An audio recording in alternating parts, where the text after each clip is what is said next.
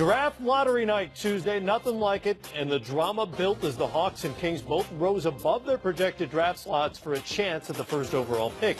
In the end, the Suns parlayed their 21-win season into the top selection for the very first time in franchise history. Phoenix picked first, the Kings jumped up 5 spots to second, the Hawks moved up a spot to third, Memphis and Dallas, the big drops, their fourth and fifth.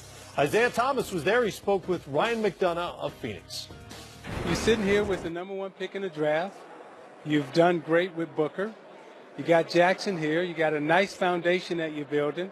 And I remember when you got hired and you got the job, you had a nice plan you laid out to everyone.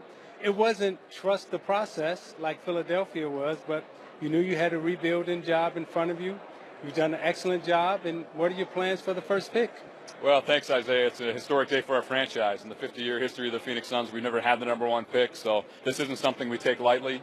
As you know, in this draft, a few of the projected picks at the top are Arizona guys. So they have strong ties to the Phoenix area. So we'll take a long look at those 2 guys. Another one of the top projected picks, Luka Doncic, has strong ties to our head coach, Igor Kokoshkov. So, we'll work out probably a handful of guys, including those 3.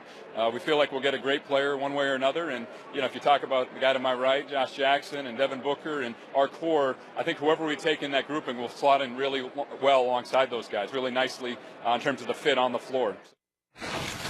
There's plenty of talent available as you look at the youngest teams in the NBA. Phoenix was the youngest last season. They figure to get even younger depending on who they pick. So let's talk about it. DeAndre Ayton played at the University of Arizona.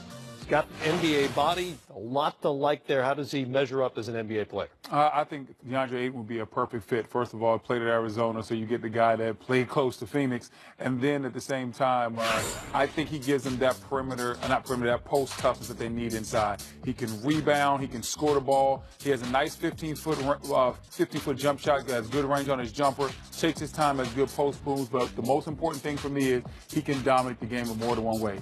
If he's not scoring, he can rebound. If he's not rebounding, he can guard defensively, change shots inside, give Phoenix the inside presence they need. We know they have Booker on the outside, so we know they have a piece out there. Inside, they're looking for that rim protector, guy that can finish plays at the rim. I think that's DeAndre Jordan. He kind of reminds me of a young David Robinson. DeAndre Ayton. Did I say DeAndre Jordan? You did. My bad. I meant to say DeAndre Ayton. That's okay. There's room for 2 DeAndres in the league. 19-year-old Luka Doncic comes from Slovenia, has been playing in Madrid the last 3 years. Some people believe he's the best European prospect ever. I think if you look at his body of work, he's certainly the most productive European prospect to this point. He's absolutely been dominant in the EuroLeague. He's a candidate for EuroLeague MVP, and he's doing that all while he's 19 years of age. This is a kid who was number 1 in index ranking, which is something very similar to our player efficiency numbers here.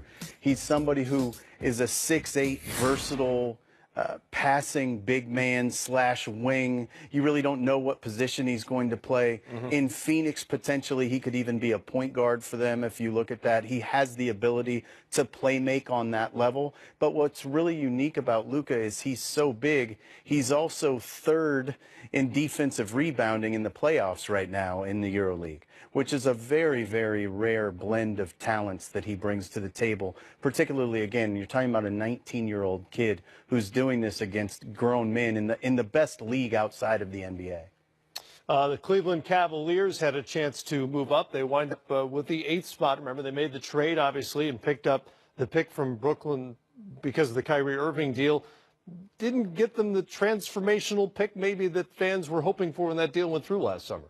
It didn't, but at the same time, this is such a deep draft at the top. They could potentially be in a situation where Michael Porter Jr., by way of example, is still on the board at 8. And he came into this year prior to the back injury sort of as the odds-on favorite to be number 1 in many people's opinions. So they're in a very leveraged spot right now as well. Yeah, I like Porter. They could also get Mikal Bridges, too. I think he's a perfect type of guy for Cleveland. If LeBron stays, he can play with LeBron James. But if he leaves, he's the type of guy that can be a star as well. A lot to think about between now and draft night. More to come here on Game Time. When we come back, we'll isolate our conversation on how effective Kevin Durant was in isolation in Game 1 out west.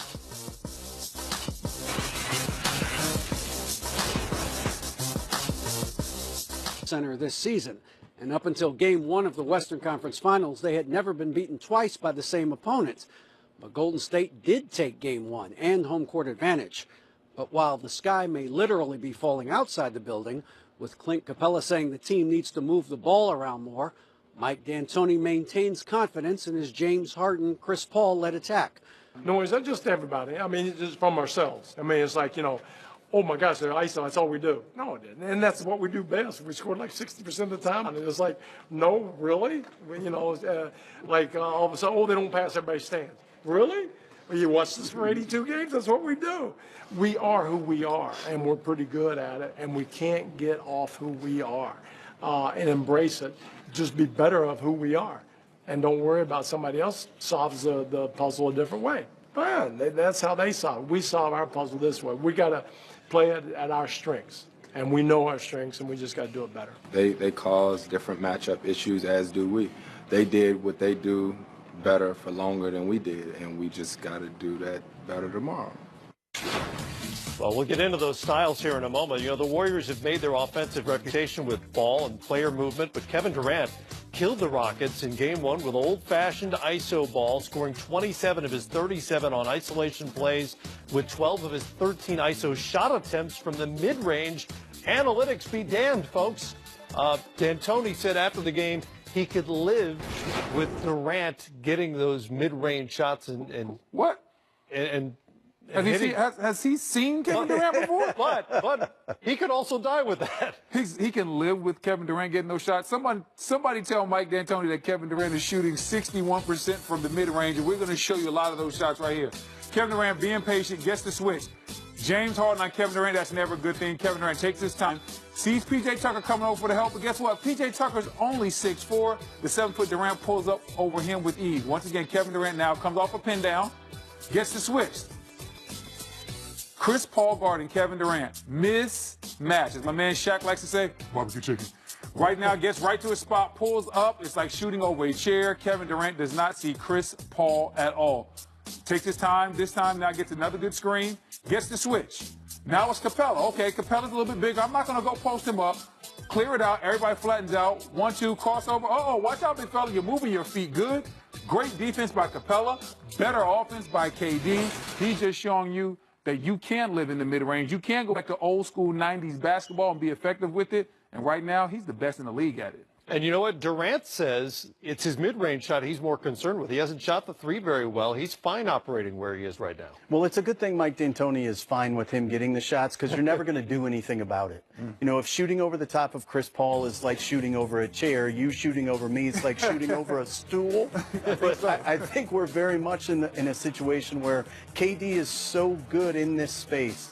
He's got so much rhythm and flow, and he's so long. It really doesn't matter what the defense throws at him.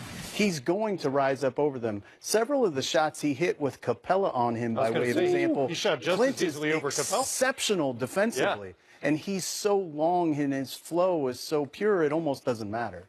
Well, Mike D'Antoni, of course, has influenced both of these offenses to varying degrees. Obviously, Houston's his team, but his fingerprints are on the Warriors' offense as well. Certainly an inspiration for that. But the styles have diverged over time. The Rockets dribble more, pass less, and in Game 1 took nearly a third of their shots in the final 7 seconds of the shot clock. In other words, Griff, instead of 7 seconds or less, there was a lot of 17 seconds or more. Right, and that's certainly not what Mike wants to see.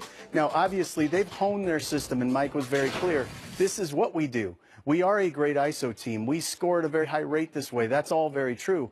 But Mike's system really is predicated on, to a huge degree, the ball finds energy. And the weak side didn't move at all for them, really. That was, I think, their biggest problem offensively was while they had the ISO matchups they may have wanted, everybody was so stagnant on the weak side that Golden State's defense could load. And if you let them load and face your offense the entire time, Kevin Durant, in addition to being as good a mid-range shooter as there is in our league, he's also as good a defender as there is at the three position, and he's their best rim protector. So you can't let them be in a situation where they load up on you defensively. You've got to occupy them on the weak side. Rockets had 3 shot clock violations in the first half. Yeah, and if you're Houston, you definitely want to try to speed the tempo up. Not speed it up, but get into your offense. You don't want to take shots like that. And a lot of it has to do with diversifying your portfolio. Harden is a great player, and that offense with Harden dribbling the ball probably works against most teams in the league because there's a big you can pick on. There's a mismatch you can pick on. But look at all these dribbles, and it's Kevin Durant out there.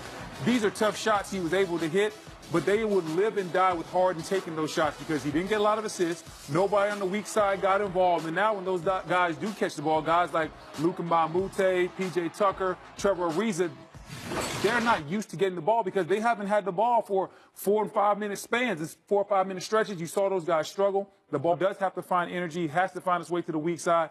If the Rockets come out there with that same game plan, pull the brooms out, they'll get swept. Harden had an efficient 41. Steph Curry didn't really get hot, and the Warriors still won by double digits in Houston. Wow. Up next, the very latest on the coaching carousel and where all the spinning might stop for Mike Budenholzer.